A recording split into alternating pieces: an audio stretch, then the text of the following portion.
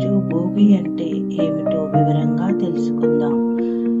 హిందువుల పెద్ద పండుగలలో జరుపుకునే 3 రోజుల సంక్రాంతి పండుగలో మొదటి రోజును మనం భోగి పండుగ జరుపుకుంటాం. దక్షిణాయనంలో సూర్యుడు రోజురోజుకి భూమికి దక్షిణం వైపుగా కొద్దిగా దూరం అవుతూ దక్షిణ అర్ధగోళంలో భూమికి దూరం అవ్వడం వలన భూమిపై బాగా చలి పెరుగుతుంది. ఈ చలి వాతావరణాన్ని తట్టుకునేందుకు ప్రజలు సెగ కోసం బగబగా మండే చలి మంటలు వేసుకునేవారు. ఉత్తరాయణం ముందు రోజుకి చలి విపరీతంగా పెరగడం, ఈ చలిని తట్టుకునేందుకు బగబగ మండే మంటలు దక్షిణాయనంలో ప్రజలు తాము పడిన కష్టాలను బాధలను అగ్నిదేవునికి ఆహుతి చేస్తూ రాబోయే ఉత్తరాయణంలో సుఖ సంతోషాలు ఇమ్మని కోరుతూ భోగి మంటలను వేసుకుంటారు. దానినే భోగి మంటలు అంటారని మన అందరికీ తెలిసిందే. భోగి అనే పదం ఎలా వచ్చిందో వివరంగా తెలుసుకుందాం. ఈ పండుగ రోజున భోగి మంటలు ఎందుకు వేస్తారో వాటి పురాణము మరియు శాస్త్రీయ కారణాలు తెలుసుకుందాం. భుగ్ అనే సంస్కృత పదం నుండి భోగి అనే పదం వచ్చింది. భోగము అంటే సుఖము. పూర్వము ఈ దినమే శ్రీ రంగనాథ స్వామిలో గోదాదేవి లీనమై భోగాన్ని పొందిందని, దీనికి సంకేతంగా భోగి పండుగ ఆచరణలోకి వచ్చిందనేది మన పురాణ గాథ. శ్రీ మహావిష్ణువు వామన అవతారంలో బలిచక్రవర్తిని పాతాళలోకానికి తొక్కిన పురాణ గాథ మన అందరికీ తెలిసిందే. అయితే తర్వాత బలిచక్రవర్తికి పాతాళ రాజుగా ఉండమని ప్రతి సంక్రాంతికి ముందు రోజు పాతాళం నుండి భూలోకానికి వచ్చి ప్రజల్ని ఆశీర్వదించమని వరం ఇవ్వడం జరిగిందంట. భోగి మంటలు. భోగి మంట వెనుకున్న రహస్యం ఏంటంటే, బలిచక్రవర్తి రాకను ఆహ్వానించడానికి భోగి మంటలు వేస్తారని మన పురాణంలో చెప్పబడింది. కృష్ణుడు ఇంద్రుడికి ఒక పాఠం నేర్పుతూ గోవర్ధన పర్వతం ఎత్తి పవిత్రమైన రోజు ఇదే. శాపవశంగా పరమేశ్వరుని వాహనమైన బసవన్నని భూమికి పంపించి రైతుల పాలిట దైవాన్ని భూమికి దిగి వచ్చిన రోజు ఇదే అనేవి కూడా పురాణాల గాథ. సాధారణంగా అందరూ చెప్పేది ఇది చలికాలం కనుక వెచ్చదనం కోసం మంటలు వేస్తారని.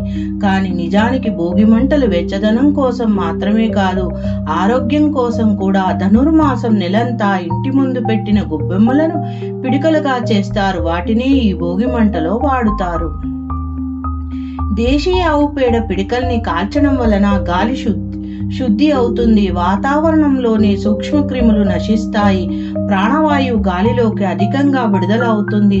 దానిని గాలి పీల్చడం ఆరోగ్యానికి మంచిది. చలికాలంలో అనేక వ్యాధులు వ్యాపిస్తాయి. ముఖ్యంగా శ్వాసకోశ సంబంధిత వ్యాధులు, అనేక రోగాలు పట్టి పీడిస్తాయి. వాటికి ఔషధంగా ఇది పనిచేస్తుంది. పెద్ద మంటలు. భోగి మంటల దానిలో ఉన్న ఆయుర్వేదిక ఔషధ గుణాలు ఏమిటో తెలుసుకుందాం. భోగి మంటలు పెద్దవిగా రావడానికి అందులో రావి, మామిడి, మేడి మొదలైన ఔషధ చెట్లు బెరళ్ళు వేస్తారు. అవి కాలడానికి ఆవు నెయ్యిని వేస్తారు. అగ్నిహోత్రంలో వేయబడిన ప్రతి 10 గ్రాముల దేశీయ ఆవు నుంచి 1 టన్ను ప్రాణవాయువు ఆక్సిజన్ విడుదల చేస్తుంది.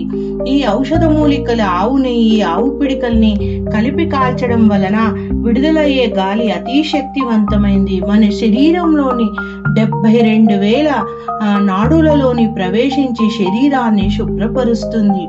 ఒకరికి రోగం వస్తే దానికి తగిన ఔషధం ఇవ్వవచ్చు. అదే అందరికి వస్తే అందరికీ ఔషధం సమకూర్చడం దాదాపు అసాధ్యం. అందులో కొందరు వైద్యం చేయించుకోలేని పేదలు కూడా ఉండవచ్చు. ఇదంతా ఆలోచించే మన పెద్దలు అందరూ కలిసి భోగి మంటల్లో పాల్గొనే సాంప్రదాయాన్ని తెచ్చారు. దాని నుండి వచ్చే గాలి అందరికీ ఆరోగ్యాన్ని ప్రసాదిస్తుంది.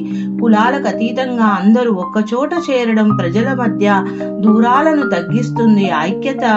ఐక్యమతాన్ని పెంచుతుంది.